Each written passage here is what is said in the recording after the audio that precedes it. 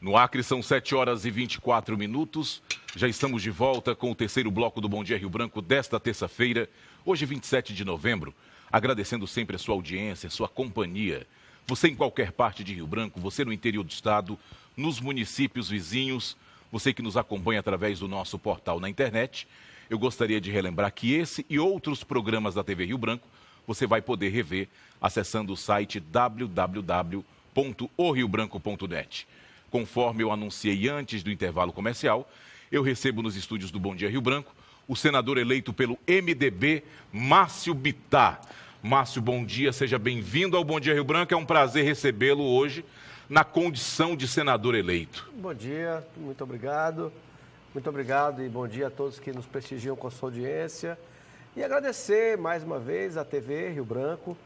Sempre é bom dizer que em todo esse período da minha atividade política, eu sempre tive um espaço na TV Rio Branco. Eu sou uma testemunha viva. Independente de ter mandato ou não? Independente de ter mandato ou não. Aliás, eu acho que a minha vida na política é muito mais sem mandato do que com. Eu comecei a fazer política, Muniz, na luta ainda estudantil. Muniz, porque eu vou falar com o Muniz daqui a pouco. Desculpa, Tião. Na luta ainda pela democracia. Eu era um jovem, moleque, 16 anos de idade, né? Então, nesse período inteiro eu tive 3 mandatos, 12 anos, né? Mas é um prazer estar aqui mais uma vez e poder comentar um pouco essa montagem da equipe de governo, tanto no nosso estado quanto em Brasília. O governo federal, o governo que eu apoiei, do Bolsonaro. E, ao mesmo tempo, também contar um pouco da montagem da minha própria equipe no Senado da República. É um prazer estar aqui com você. Márcio, passado o período eleitoral, eleições, resultados, que avaliação que você faz? Eu faço uma avaliação de que essa eleição, talvez mais do que outras, ela demonstrou como o poder está, de fato, com as pessoas. É natural do ser humano ele, às vezes, descolasse um pouco. Eu vou lhe interromper. Você fala do poder que está com as pessoas, mas o poder da decisão. Porque eu acho que hoje, na minha opinião, o governo tem mais poder do que o próprio cidadão. Então, mas aí que tá. Eu acho que as pessoas que estão no poder, elas acabam se sentindo assim, como você está dizendo. E aqui no nosso estado, que uma família e um grupo dominou 20 anos, começa, e eu dizia isso, né? Começa a se achar um pouco acima do bem e do mal. Começa a não perceber que tem que fazer alguma autocrítica, que tem que corrigir rotas, porque faz e se elege, comete erros e se elege de novo. De repente vem a população e diz: não quero mais. Então, essa eleição, tanto aqui no Acre como no plano nacional, foi uma demonstração que, a meu ver, deve servir para abaixar um pouco, vamos dizer assim, a arrogância, a prepotência de poderosos. Você fala dos irmãos Viana? Não, falo, mas não falo só especificamente deles. Eu quero dizer a todos, na democracia é bom que quem esteja como deputado estadual, vereador da capital, prefeito, governador, lembre-se que a qualquer momento uma nova eleição pode tirar o poder. Quer dizer, não é eterno, né? E essa eleição mostrou isso. Por exemplo, aqui no nosso caso, a nossa vitória foi avassaladora. Quer dizer, Gladson ganha a eleição no primeiro turno, nós elegemos os 2 senadores da República. Quem diria, né? Quase todo mundo entendia que o Jorge Viana era dono de uma cadeira. De uma cadeira no Senado Federal. O dono da cadeira é o povo acriano e demonstrou isso na eleição. Para federal, o PT não fez uma cadeira de deputado federal. Nós fizemos 5. E tem mais 2 deputados federais que podem muito bem compor com o nosso governo. Na Assembleia Legislativa foi a mesma coisa. E no plano nacional, o Brasil elegeu um homem que contrariou toda a lógica eleitoral. Ele não tinha dinheiro, não tinha partido, não tinha tempo de televisão, não tinha grandes alianças.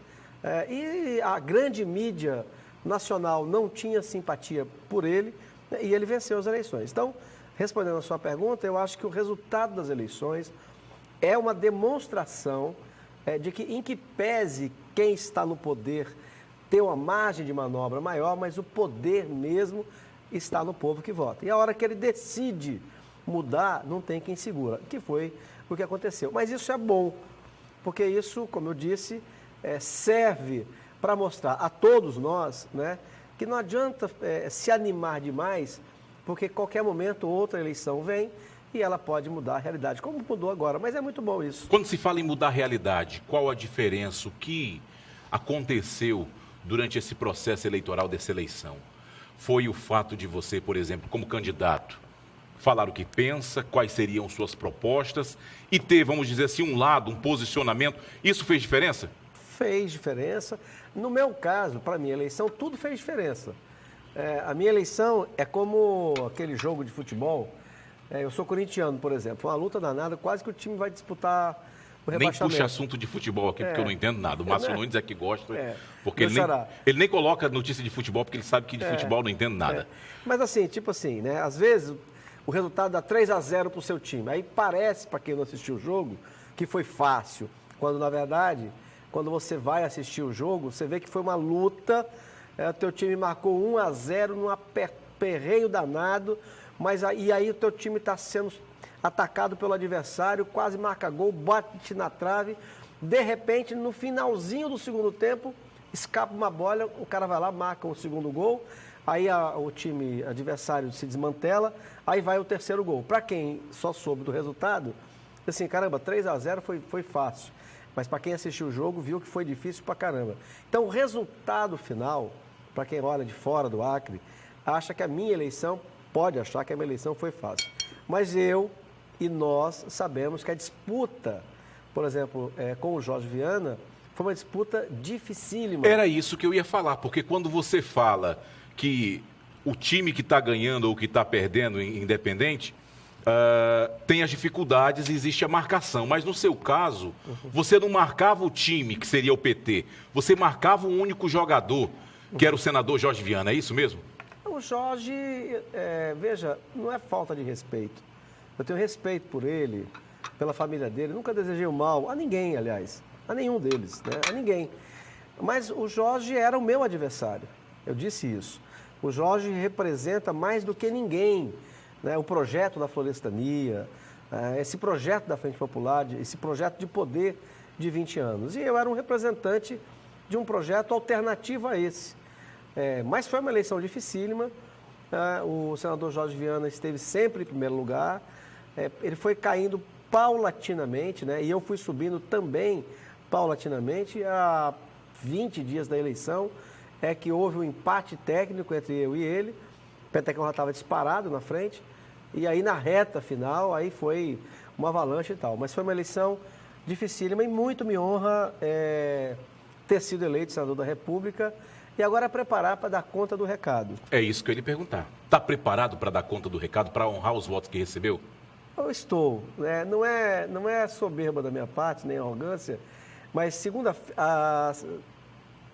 teve a segunda-feira após a eleição, a outra segunda-feira, nós fizemos aqui junto com o Coronel Ulisses, meu querido amigo, que foi candidato a governador também e que me apoiou, nós fizemos o lançamento da candidatura do Bolsonaro do segundo turno.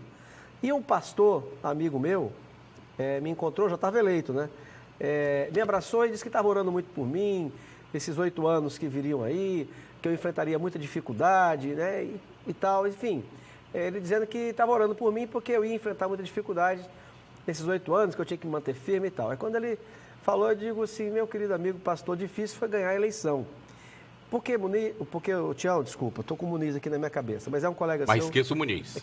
Mas é um colega seu que eu gosto muito também. Abração para o Muniz, todo dia acorda cedo para acompanhar o Bom Dia Rio Branco. É uma figuraça. Tião, mas porque na verdade, quando você sabe o que é que você defendeu na campanha com muita clareza, então não tem muito dificuldades, né? Então eu sei o que eu quero fazer com este mandato. E eu disse com clareza na campanha, por exemplo, o programa de governo do Bolsonaro, eu tenho com este programa um compromisso, independente do Bolsonaro. Eu não preciso ser amigo do Bolsonaro, eu não preciso que ele fique me ligando, nada disso. Por quê? Porque eu tenho um compromisso com o programa. Aquilo que está escrito ali, por exemplo, para a área da segurança, é o que eu defendo. O que está escrito ali para a área da economia, eu defendo. Ou o Brasil faz as mudanças que precisa, ou não tem solução. por exemplo, o programa de privatização que o Paulo Guedes vai implementar a partir do ano que vem. Ou nós fazemos isso para acabar, inclusive, com ralos de corrupção nesse país, que quanto mais estatal você tem a serviço de políticos em Brasília, mais possibilidade de corrupção, mais possibilidade de desperdício. Ou você vende isso fechando o ralo de corrupção e, ao mesmo tempo, diminuindo o que o Brasil gasta por ano com a dívida pública para sobrar dinheiro para a segurança, por exemplo, ou não tem como você fazer. Ou você faz uma reforma da Previdência eliminando privilégios, Tião. O próprio Exército agora, e tem uma coisa importante de ter vários militares assumindo cargos importantes, porque agora eles têm que dar resposta. E agora eu estou vendo eles próprios, militares, dizendo que a reforma da Previdência tem que incluí-los. E tem, Tião, não há justificativa no mundo para um homem saudável se aposentar aos 53 anos de idade. Quer dizer, para ele se aposentar aos 53, você tem outra população trabalhando para custear a vida dele. Quer dizer, aumentou a expectativa de vida, então não há como. Você acredita que isso teria facilidade de passar no Congresso, com o governo federal cheio de militares? Não. Então, quando eles próprios agora passam a admitir que eles, militares, também têm que fazer parte da reforma da Previdência, porque na proposta que estava no Congresso, eles não faziam parte, eles estavam fora dela. Então, aí tem muito... Por exemplo, por que com o Michel Temer ela não avançou? Primeiro aconteceu aquele escândalo da gravação, aquilo acabou com o governo. Mas uma outra razão é porque o Michel, que é o presidente da República, que faz um bom mandato, ele, ao propor a reforma da Previdência para acabar com privilégios, ele próprio tem um. Ele próprio é um aposentado precoce do Congresso Nacional. Então, desmoraliza. Então, por exemplo, agora os militares que vão assumir postos importantíssimos no país, e eu não tenho nada contra que eles assumam. Por que não pode assumir? Se qualquer categoria pode, por que o militar não pode?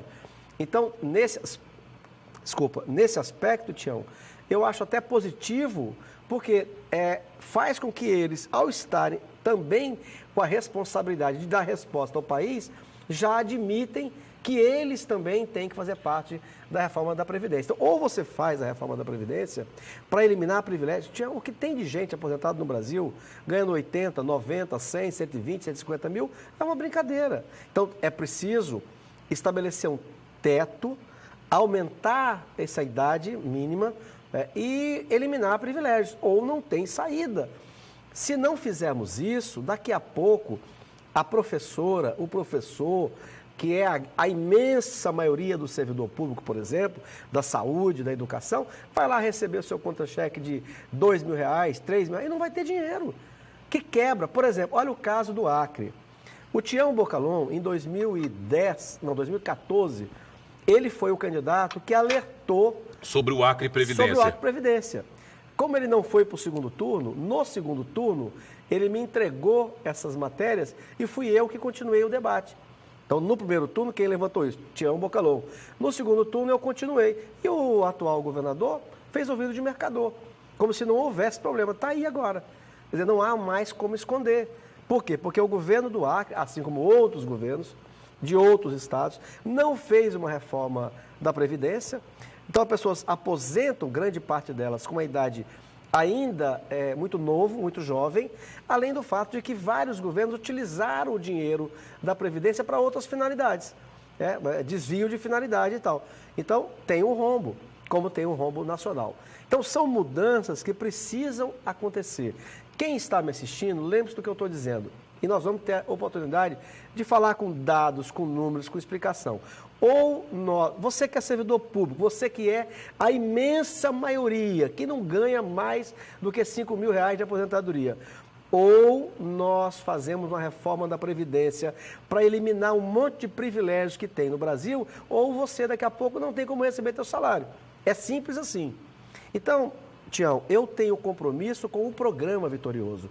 Por exemplo, nós aqui no Acre precisamos de obras importantes, como, por exemplo, a ligação com o Peru através do Juruá, no acordo econômico entre os dois países. E isso envolve muitas obras físicas importantes. O BNDES é para financiá-las, por exemplo. Então, qual é o compromisso que este governo eleito tem, que é o que eu sempre defendi? Que o organismo como o BNDES que é um banco nacional de desenvolvimento, continue financiando obras, mas obras que interessam ao país, e não como financiou obras em Cuba, por exemplo. Então, eu tenho compromisso programático com este governo que venceu as eleições. Por isso, o apoiei. Assim como tenho compromisso programático com o governo do meu amigo Gladson Cameli.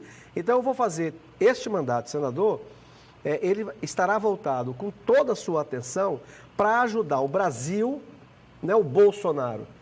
Bolsonaro é consequência para ajudar o Brasil e ajudar o Acre, que será governado pelo Gladson Cameli. Durante toda a eleição, o que muito se transparecia e o que muito se observava era um raciocínio lógico das pessoas, dos eleitores, onde diziam ali, pensavam, chegavam até a expor que a mudança que o Acre precisava, a mudança que o Brasil precisa, e precisava também na época, não viria dos políticos que nós tínhamos e que nós temos hoje. Como é que você avalia essa situação? Como é que você pretende fazer com que o Acre consiga mudar lá no Congresso Nacional, diante dessa ideologia que foi plantada por algumas pessoas?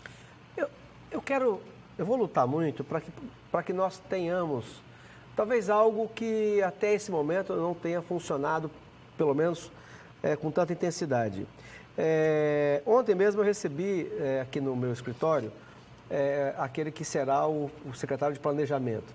Estive com o Dr. Ribamar, que vai ser o chefe da Casa Civil, que já está organizando o governo, com o Alisson Bistene, que vai ser o secretário de Saúde, com o Tiago, que vai ser o secretário de Infraestrutura, com o professor Mauro, que vai ser o secretário de Educação. Enfim, no dia que o Gladson anunciou, estava lá a Maria Alice também, que é do MDB, a Eliane Sinhazic, e eu estava junto com o Gladson. O que eu acho que nós precisamos construir com essa equipe e junto com nossos gabinetes em Brasília? Projetos estratégicos. Veja bem, cada parlamentar tem as suas emendas individuais e a bancada tem as suas emendas coletivas que deve estar em sintonia com aquilo que o Estado mais precisa. Então, nisso, eu acho que o Estado, o governo, com os seus órgãos, com a bancada, deve estabelecer projetos estratégicos para o Acre. E nesses projetos estratégicos, eu quero que a bancada trabalhe unida. Você pode citar apenas o exemplo de um projeto estratégico desse? Eu já citei um, que é o projeto de um acordo bilateral Brasil-Peru. Brasil-Peru. Porque isso tem muita coisa. Então, você tem o projeto propriamente dito e a execução dele. A execução dele envolve obras. A BR-364, ou um pedaço de estrada de ferro, a questão da energia elétrica, abaixar a carga tributária, eliminar a burocracia. Então, são obras físicas, ao passo de um acordo econômico. Posso citar outro, que eu defendi na campanha, que é, talvez não, a meu ver, é o maior problema ambiental que o Acre tem, que é o problema do Rio Acre. O excesso no inverno e a escassez no verão. Só para você ter uma ideia, a alagação do Rio Acre envolve mais de 100 mil pessoas. Há solução de engenharia, a solução já aponta que é mais barato do que você querer tirar, por exemplo, toda a baixada de lá. Primeiro que as pessoas não querem sair de lá, e é mais barato solucionar o problema do Rio Acre do que querer tirar tudo aquilo que está lá dentro. Então, esse é um problema grave e esse tipo de ação merece a ação da bancada federal do Acre. Então, ao passo da atividade individual de cada parlamentar, eu creio que é bom para o Acre que a bancada, em torno de alguns projetos que solucionam problemas grandes e maiores do Acre, ela esteja unida. Eu acho que ela estará. Os 3 senadores estamos. Eu e meu padrinho, o Petecão, que na reta final da campanha passava mais tempo pedindo voto para mim do que para ele. Eu lembro que 3 noites, se eu não me engano, 3 noites, 2 dias, sei lá, pertinho da eleição. À noite, 9h30, 10 horas da noite, fui me encontrar com ele na casa de um amigo e ele estava ligando para o interior, já na reta final mesmo, sim. Eu acho que o camarada que estava do lado de lá dizia para ele o seguinte: não, aqui tudo é petecão, né? Aí ele falava assim: sim, e o Márcio Bittar? E o Márcio, quer dizer, querendo e pedindo para as pessoas, né, colar o voto, colar a campanha e tal.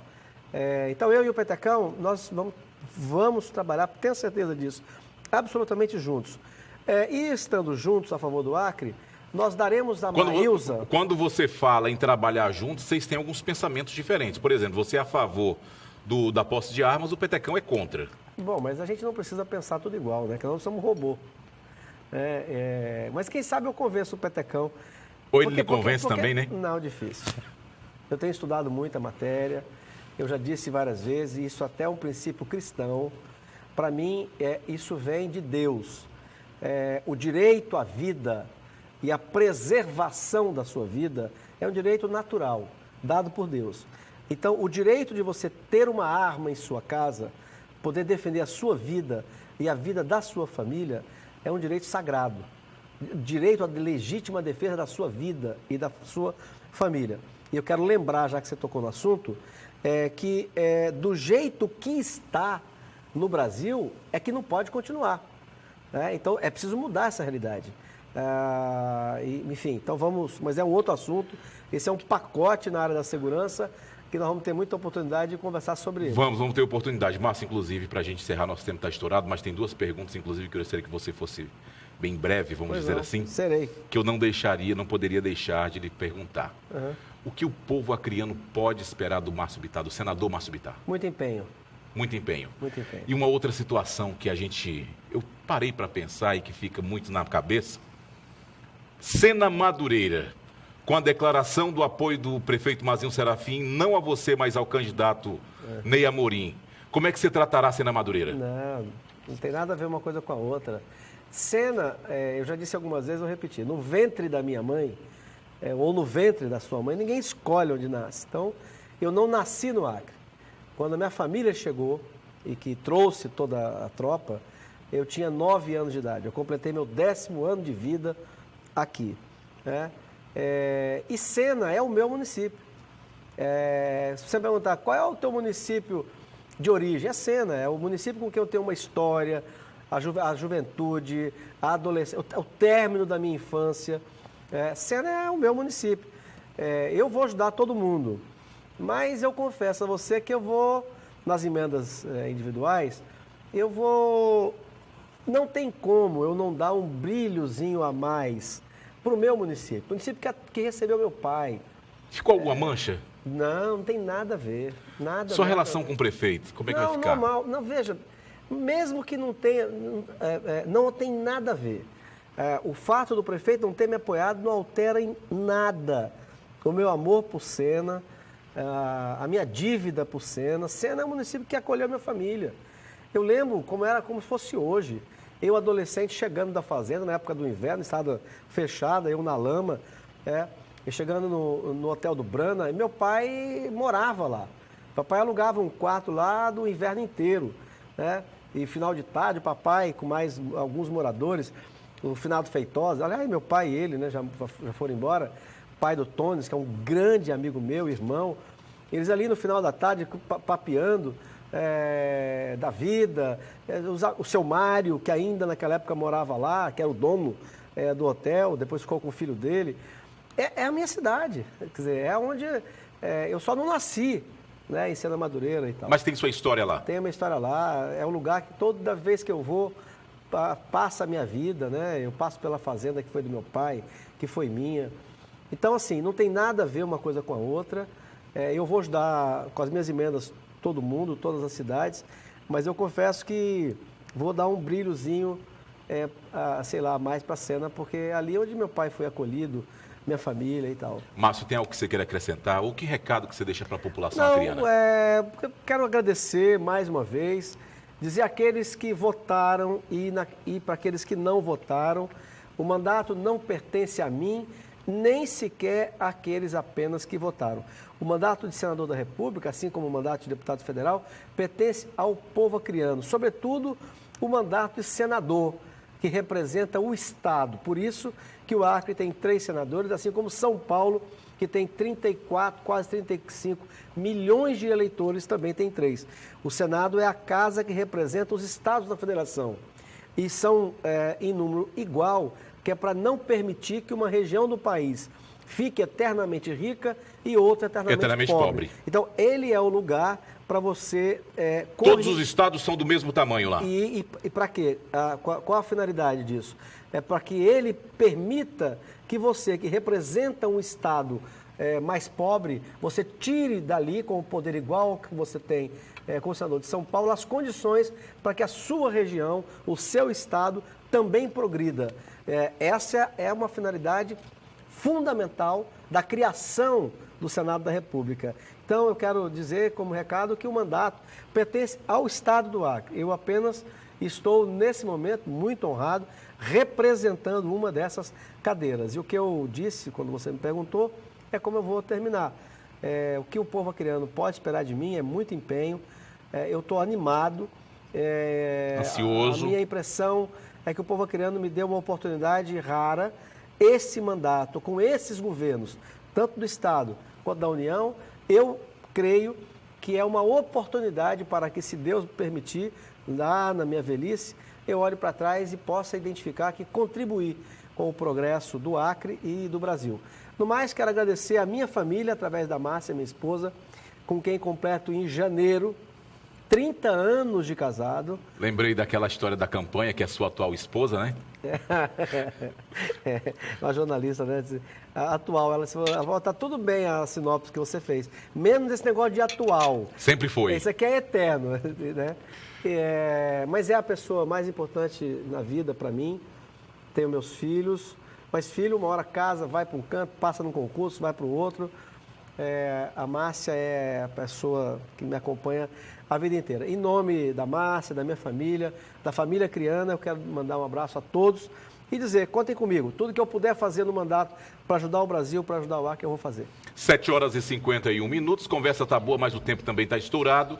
Eu conversei aqui com o senador eleito pelo MDB, Márcio Bittar. Márcio, obrigado por sua vinda. Eu que te agradeço. Muito sucesso. Obrigado, muito obrigado. E com isso nós terminamos o Bom Dia Rio Branco desta terça-feira, agradecendo sua audiência e relembrando que esses e outros programas da TV Rio Branco você pode rever acessando o site riobranco.net. Outras informações no decorrer da programação ou também no site. E se Deus permitir, nós voltaremos amanhã, a partir das 6h30 da manhã, ao vivo, com mais um Bom Dia Rio Branco. Uma excelente terça-feira, fiquem com Deus e até lá.